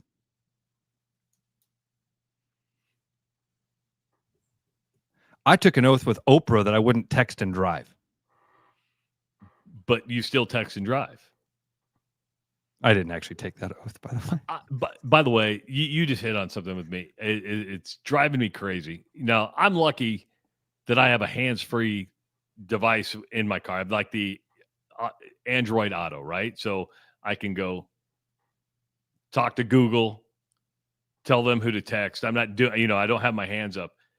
Ross, I about lose it. I'm talking like falling down, movie-wise, losing it. When I see people driving and they are, they're on their phones, because how dangerous it is. And it's the other day I'm driving on the interstate and this person's kind of swerving and I'm just like, I pass them and there they are on their phones reading Facebook or whatever it is.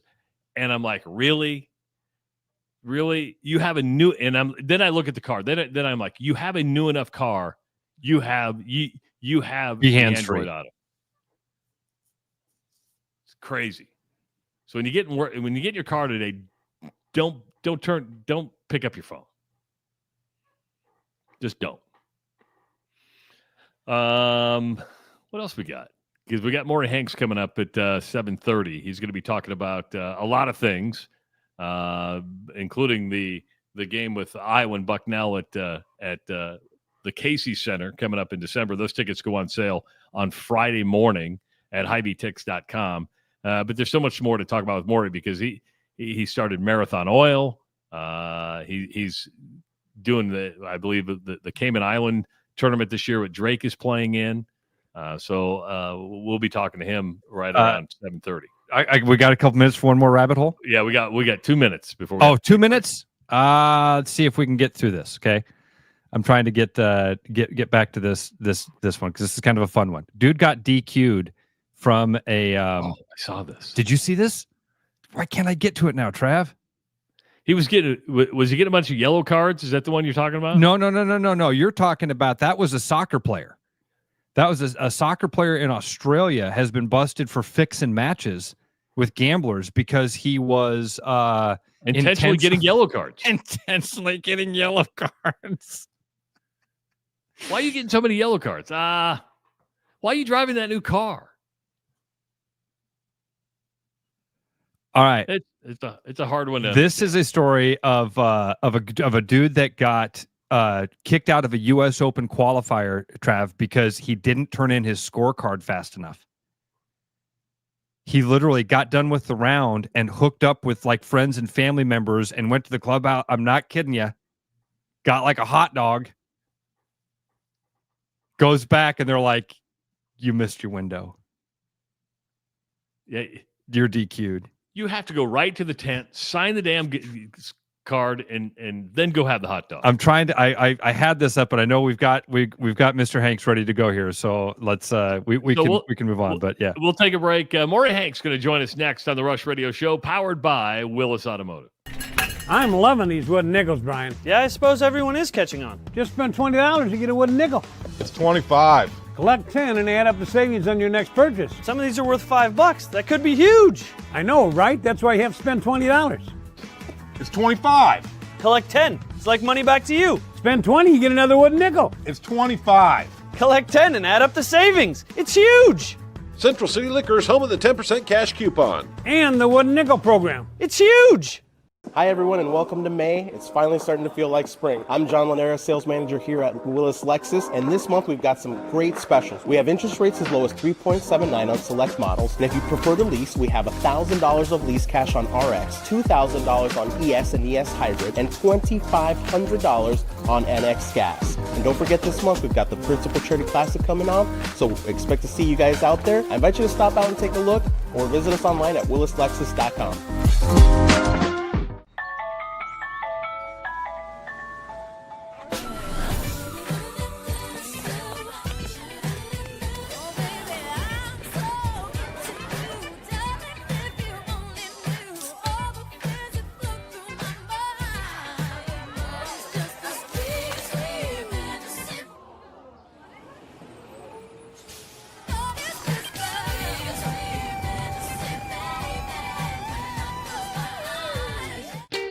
Missing a quality, home-cooked meal?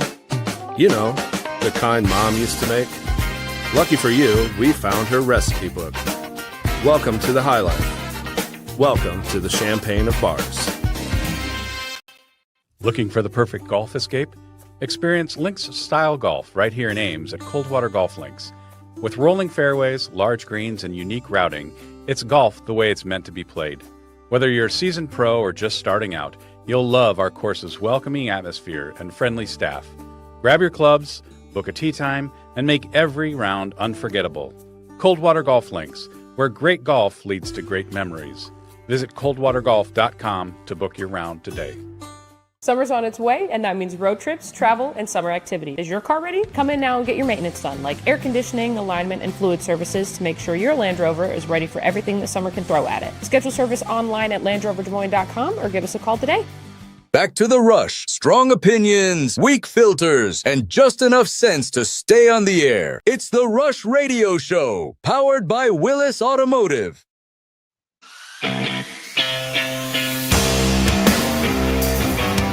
Welcome back to the Rush Radio Show, powered by Willis Automotive. Ross is drinking the Core Power this morning from Atlantic Coca-Cola Bottling. That 26 grams of protein. Taking a big swig of the vanilla, which tastes just like a milkshake. It's so good. It really is. Audrey was like Frank the Tank the other day from Old School. She's like, "Can I have a sip of that, Dad?" I'm like, "Yeah." And she's like, "Oh, it's so good. Once it hits your lips, it's so good." Put that in the freezer and get a little ice in there, and it might be like an ice cream float. Now, I wouldn't freeze the whole thing, but I would. Bad idea. Yeah, it's not a bad idea. Hey, coming up in December, it's the Iowa Hawkeyes are going to be playing at the Casey Center, because it'll be the Casey Center when that hits. Tickets for that game go on sale on Friday. It's on Friday. And you can get in at a reasonable price. They're going to take on Bucknell. Now, you're probably wondering, how did this game even come together? Well, Global Sports Management is kind of the leading promoter behind it, and Maury Hanks is the promoter of Global Sports Management and joins us now on the Rush Radio Show. Maury, good morning, sir. Good morning. Thank you for having me on this morning. I greatly appreciate it. Not a problem. I was talking about you last night with my good buddy John Higgins, and he says hello. And he wouldn't give me any stories, though. He goes, "I got a lot of stories about Maury," but John wouldn't give them up. You know the old saying, there must be honor amongst thieves. John doesn't want to poke the bear. Maury, can we go back along, and can you just kind of give us a brief history of kind of who you are, where you're from, what your affiliation is to the state of Iowa? Sure. So, be honest with you, I was a college coach for, 8 or 9 years, a long time ago. I actually coached at Drake, Rudy Washington's first year, 1990-91. I got out of coaching and went back to Los Angeles, where I'm from, got into the sports management business, started Global Sports Management then, worked with one of maybe the biggest agent that's ever been overseas, Warren Legary, worked with him. He got me into the NBA. I was an NBA scout for about 23 years. I haven't scouted the last 2 years. And I've been doing global sports, running tournaments and taking teams on foreign tours for, better part of 25, 30 years. So that's where I'm at now. I live in Knoxville, Tennessee, the last 14 years. Tax-free state. That's a smart move, living in a tax-free state. Now, did you create Marathon Oil? Because people my age will remember those exhibition games where Marathon Oil would go in and play those exhibition games. No, my team was Global Sports, but I took the idea back when I started it in about 2000, when I had an exhibition team, the early to mid 90s. There was Marathon Oil, there was Athletes in Action. Yeah. And I said, you know what? I've got my ability to get players that either wanted to go to the CBA at that time or to Europe. I got it, and we had basically saying we had the best team out there because I had guys that were NBA players, that were high-level European players. That's how I met another Iowa native, Nick Nurse. Nick was coaching on the IBA then, and he would send guys to play on my team because they could make some money and they'd be in shape. And so I met Nick years and years ago, through that venture. And now present day, I do college basketball tournaments. I do one-offs like this game. I put together the Iowa men's and women's doubleheader 2 years ago in Wells Fargo. And that's what led me today talking to you guys. I thought, everybody, scheduling's really changed because of NIL and stuff like that. And you're seeing a lot more teams play neutral site games. So that's, how we ended up having a game. And today I still have to say Wells Fargo Arena because it hasn't changed on December 20th. All right, and I apologize if some of my language is off here, so correct me if some of this verbiage is a bit off. But I didn't know that. I'll call you like an independent promoter. I didn't know independent contractor. Yes, independent. Sir, I didn't know that a guy that owns a business like yours could reach out to a public university and schedule an event like this. How can you kind of walk us through it's been going on for a long time, and it's getting more and more prevalent because there's some schools. I'm not saying in this case because I don't give team personal information, but let's say Team A wants to play either on a neutral floor or a bye game, and they contact Team B. Well, Team B wants the money to go to their collective. Team A says, we don't get in that business. You hire a person like me, and we sign 2 different contracts, and it's all legal above board because the money's going somewhere. And that, so like Iowa State next year is playing in the Players Era tournament. Those teams are getting millions of dollars. And so that's a third party, promoter. You're seeing exhibition games now where people like me are brokering the deals so they can move, they can pay whoever they want to pay, and usually the school that is getting paid is okay. A lot of low major schools need to bring in X number of dollars, $500,000. So if they reach that $500,000 and they come to me and say, if the money goes to the school, it's going to go pay for women's soccer. We'd like to take a team on a trip to the Bahamas, let's say. The team comes in, I'm middle of the deal, and then I, like a credit card, I pay for their trip overseas. But if it goes into the school, a lot of times they won't see that money directly. Okay, that makes okay, sense. Yeah. So go ahead, Trav.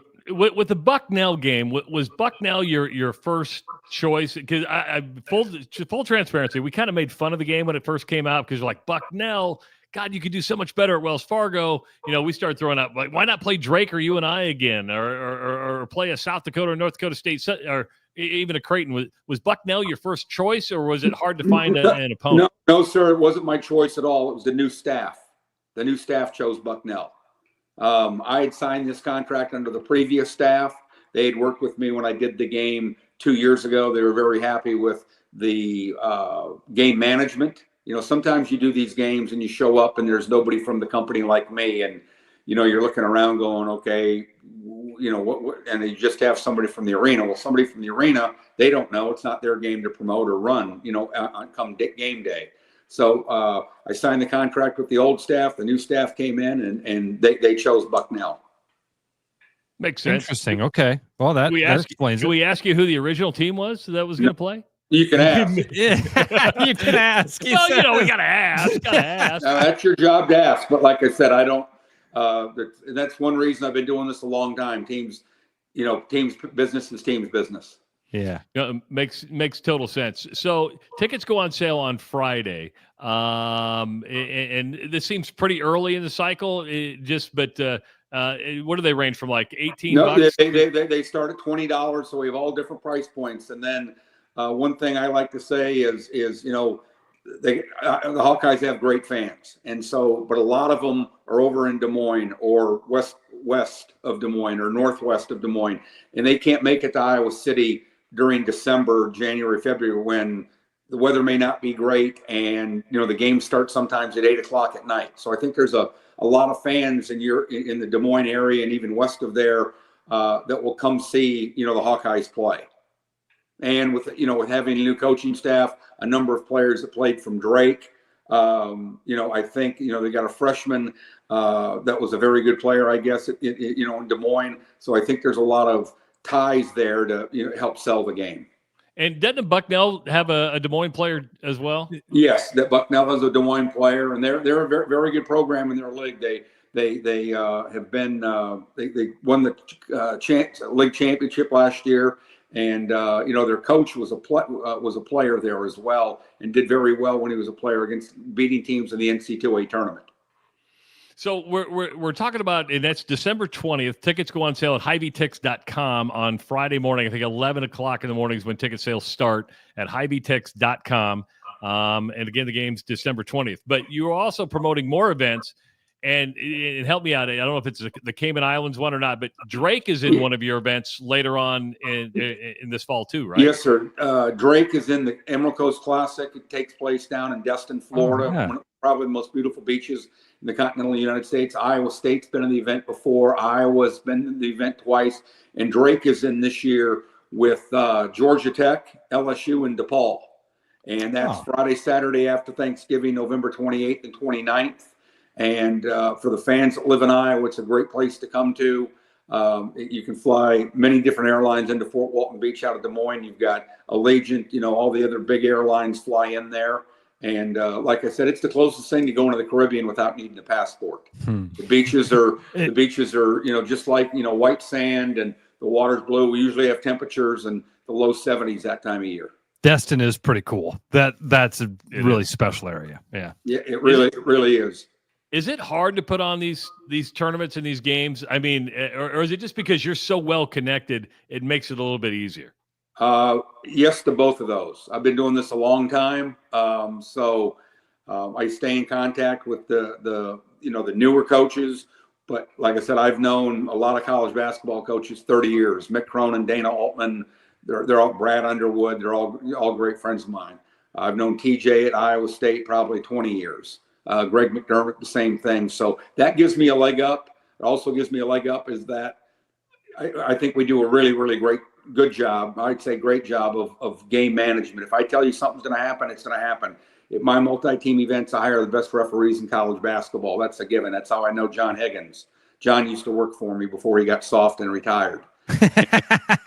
So I get guys like John Higgins working for me. Teams like that. They don't want to go to a tournament. You show up and you don't know who the referees are. But also the business is getting harder and harder. I'm glad I'm 63 and not 43. I'm going to do this for a few more years and then go try to play more golf than I play now if it's possible. But so it's yes to both those questions. So that's my question is going to be about that kind of evolving world that we talk a lot about this, changing landscape, if you will, Mr. Hanks, about the money has changed everything. In your years, your decades of being in college sports, you've seen it all evolve. That it sounds like you just said that has made it harder, but can you kind of break down for us why that is? These teams are in more and more need of money. You seem to be a guy that provides some opportunities for income. Why isn't your job easier? Because, like, use Destin example. I have a 2,400 seat arena. Okay, the guys in Vegas the players here is run basically by a hedge fund. They have unlimited money. Okay, it's kind of like Live Golf. Okay, they have unlimited money. I can't pay teams appearance fees. Most places, and so you're going to see going forward. I really believe, and you see it now. To the chagrin of people like Brian Harden at Drake, who does a great job of scheduling, you're not going to see mid-major teams, in my opinion, get the opportunity to play high-major teams and events because, like, look at ESPN. ESPN made Charleston a 4-team event. It used to be an 8-team event. Well, the bigger schools, if they could get them, wanted to be the last teams in, so they knew who everybody was in the field. Same thing in Orlando. It used to be an 8-team field. Now it's 2 separate 4-team fields. So they put the high majors as one and the mid majors in the other. And scheduling is getting really, really, really hard for mid majors. And, I don't want to say the Power Five, but the powers to be have made it known, hey, we're going to either play ourselves or we're going to play, lower level teams. Bottom feeders. Yeah. And so it's scheduling's really, and again, I'm not a fan of it, but the thing they call the net, I think, in my humble opinion, the net's terrible because the net takes into account offensive efficiency, defensive efficiency, how bad you win the game. And I'm good with bad analogies. If I'm a quarterback and I go 3 for 23 and throw 5 interceptions, but my team wins, I'm called a winner. It doesn't matter what my efficiency numbers is. You play to win the game. And so I think by this new concept of net, coaches have skewed the net and they say, okay, we either need to play teams way up here or teams way down there. It doesn't do them any good to beat a team ranked, 80th to 100 on a neutral floor.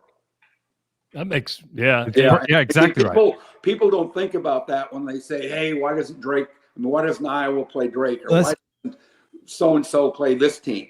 Because it doesn't do them any good.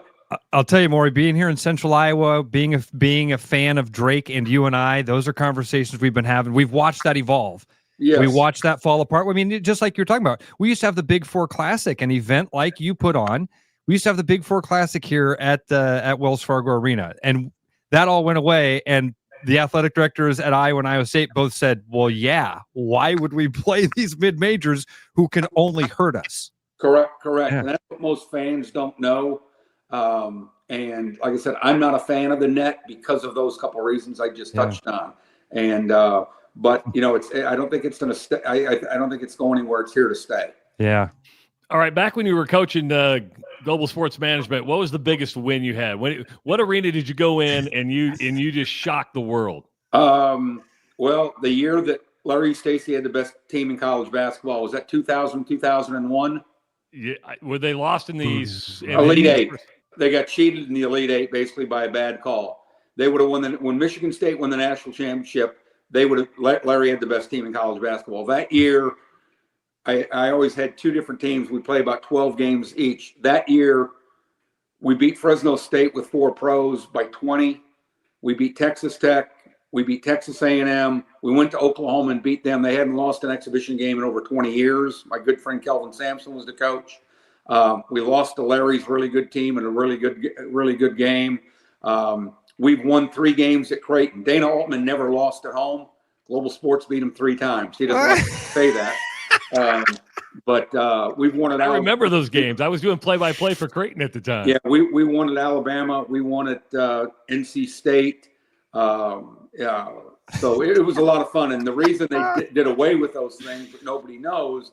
So again, there was only 2 teams: Marathon Oil and Athletes in Action. I look around, and again, I'm not very smart. I just take other people's ideas and do them better. So I had, really good teams. We'd practice and we'd go play these teams. And but the reason they did away with this, AAU teams looked around and said, I can get 8 to 10 guys, throw some uniforms on them, and they would call schools and they would say, hey, I've got player X. And I said it was legalized cheating. So they would pay them $20,000, $30,000. And my deal was I'd call teams up and, people that knew me played me year in and year out, but I'd try to get new games that they fit the schedule. And they'd go, well, we're playing so-and-so because he's got a player. And I go, how many games is the guy playing? Oh, he's only got 5 or 6. I said, how many players does he have? 1. And I go, why don't you wait until you get the player and then sign to play him next year? Because 5 people are going to be disappointed.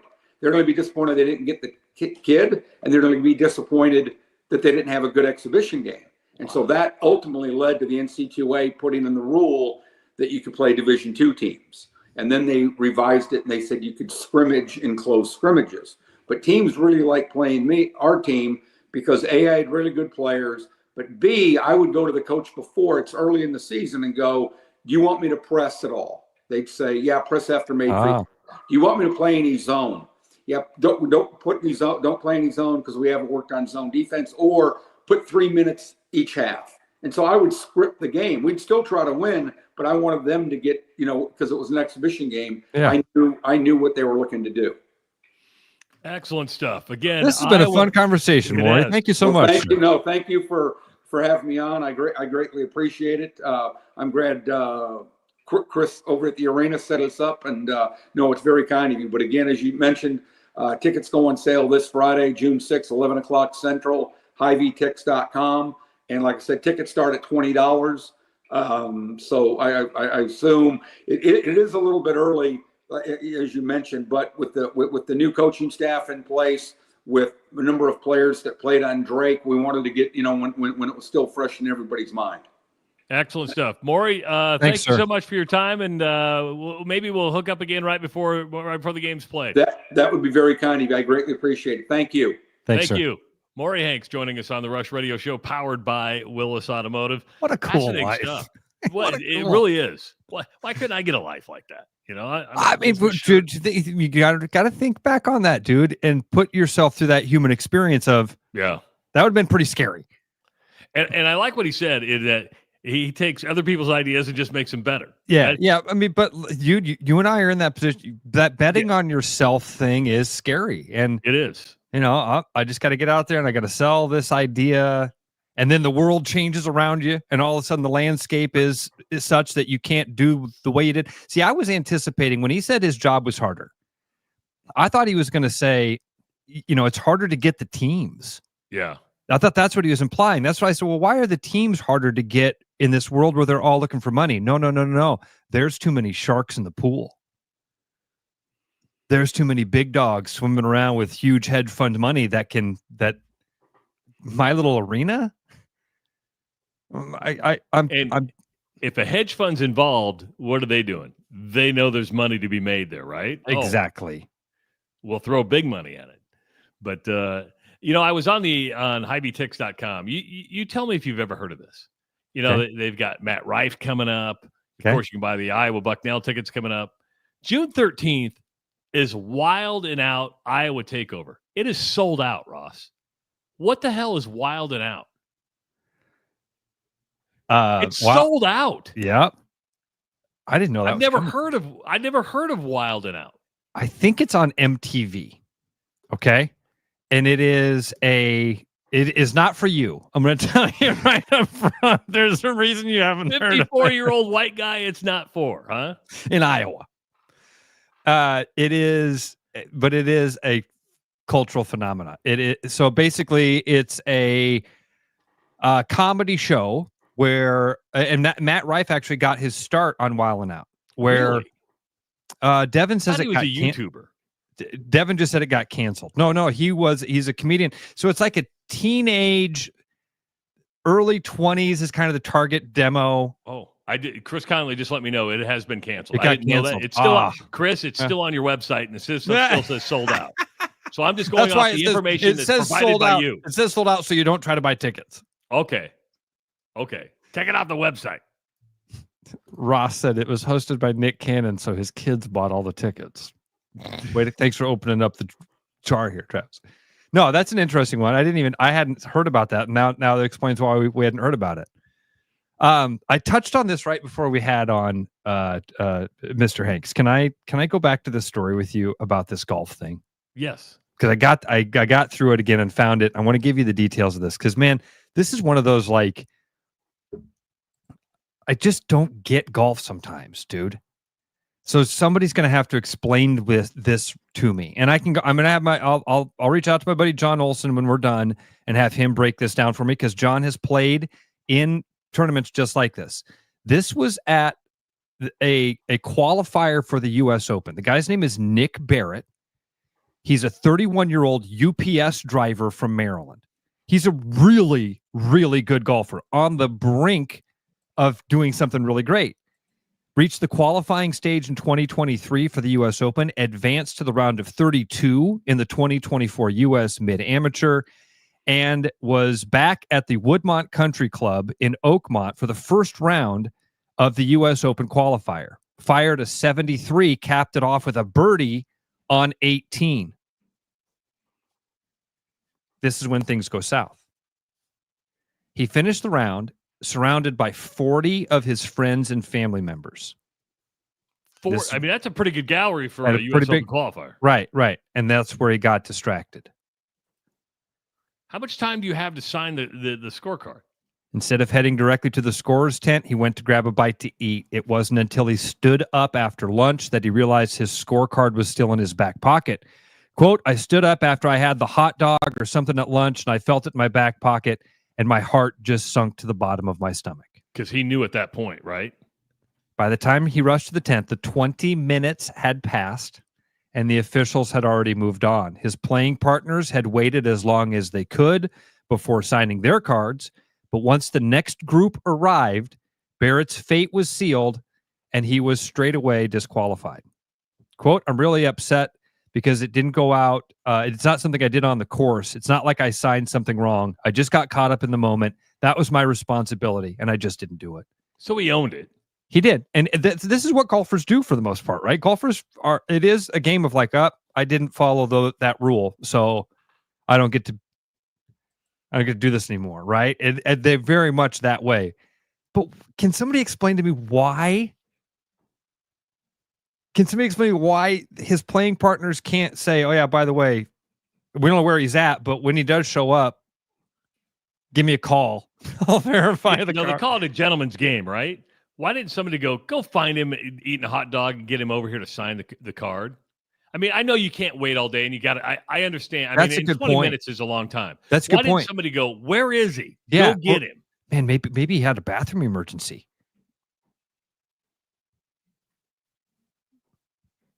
The 31-year-old made a gut-wrenching mistake. Damn. Same tournament, Ricky Fowler and Max Homa missed out. So other big names were not immune to the brutal nature of golf. longest You like day. that rule? I mean, I understand. I the rule. don't understand. I don't get. Again. I just. I can't understand how. Yeah, you and I have never been in a position to where we've had to sign a scorecard. Never. I don't turn them in at foursomes. Ross, turning the scorecard? No. We're not going to win. Well, we might in the third flight. Yeah, they flight this thing. Oh, crap. Get the scorecard. Might win a free sleeve of Pinnacles. Finishing third in the third flight, Travis Justice and Ross Peterson. So yeah, that was the one story I saw this morning. I was like, oh man. Damn. That would hurt. Again, golf's rules that will never. The good thing is the majority of people, probably 99.9% of the people listening to this show will never have to sign a scorecard. True. Good point. Never play in a tournament like that. This is first world problems we're talking about right here. But he can go on a show later on in his life and tell you about the dumbest thing he ever did. I was this close, kids. I was this close. There is another story about gamblers. You know what he'll never do? He'll never not sign a scorecard again. Oh yeah, that's a good point. That Travis, have you ever made one of those mistakes that it's a one-time mistake? Yes. Mine. Unfortunately, I do that daily. Here's the one that just came to mind when you said that.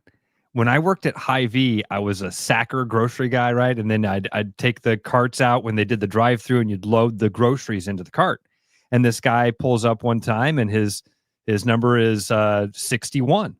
And so I look over, and there's cart 61, and I load the cart up, and he drives away, and there's one cart left, and it's cart number 19. And the next cart pulls up, and the guy holds his receipt up, and it says 61. The last guy's was 19. It was upside down. I made that mistake once. All right, that's the Rush Radio Show for Wednesday. Hope you enjoyed it. Tell a friend about it. When you get off today, go, you know what? You need to go listen to the Rush Radio Show. Send them to therushradio.com and say, you know what? Give this show a shot. Give us 30 days. You'll be hooked. You got to make it a habit. It is the Rush Radio Show, powered by Willis Automotive. We'll see you tomorrow at 6 a.m. Hey, everybody. Mason Miller, sales manager out here at Mini of Des Moines. We got some great things going on this month. Right now, you can lease a brand new Countryman for as low as $369 a month for 39 months. Also, we're running a 3.99% at up to 60 on all models, excluding the convertible. Also, you can lease a new two-door hardtop as low as $299 a month lease. If you have any other questions, come visit your favorite motoring advisor or visit us online at miniofdesmoines.com.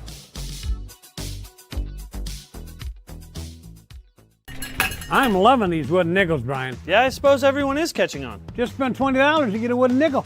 It's 25. Collect 10 and add up the savings on your next purchase. Some of these are worth $5. That could be huge. I know, right? That's why you have to spend $20. It's 25. Collect 10. It's like money back to you. Spend 20, you get another wooden nickel. It's 25. Collect 10 and add up the savings. It's huge. Central City Liquors, home of the 10% cash coupon. And the wooden nickel program. It's huge. With over 260 beers on tap, El Bait Shop isn't just another craft beer bar. It's the best. Beer lovers know. El Bait Shop, 200 Southwest 2nd, Des Moines. There's a new spin on casual dining near Drake University. Lucky Horse Beer and Burgers. Craveable faves, flatbreads, delicious burgers, frozen cocktails, and a crazy cool vibe. Get to Lucky Horse Beer and Burgers today.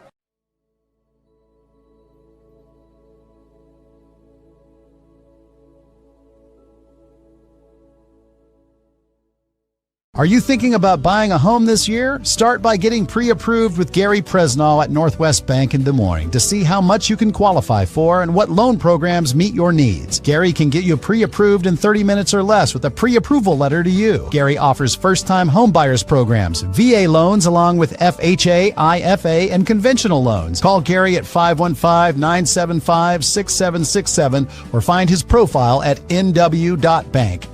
Member FDIC, Equal Housing Lender. Spring is here. It's pothole season. Potholes can wreak havoc on your suspension and alignment. If you come into Willis Chevrolet during the month of May and mention this video, we'll check your alignment for free and give you $30 off if you need one. Give us a call or schedule online today at willischevy.com. Bread is made from scratch, freshly baked with locally sourced ingredients and love. At Big Sky Bakery, we take great pride in our delicious products. We know you'll enjoy them almost as much as we enjoy baking them. Find us at the downtown Des Moines Farmers Market every Saturday. Back to the rush. Strong opinions, weak filters, and just enough sense to stay on the air. It's the Rush Radio Show, powered by Willis Automotive.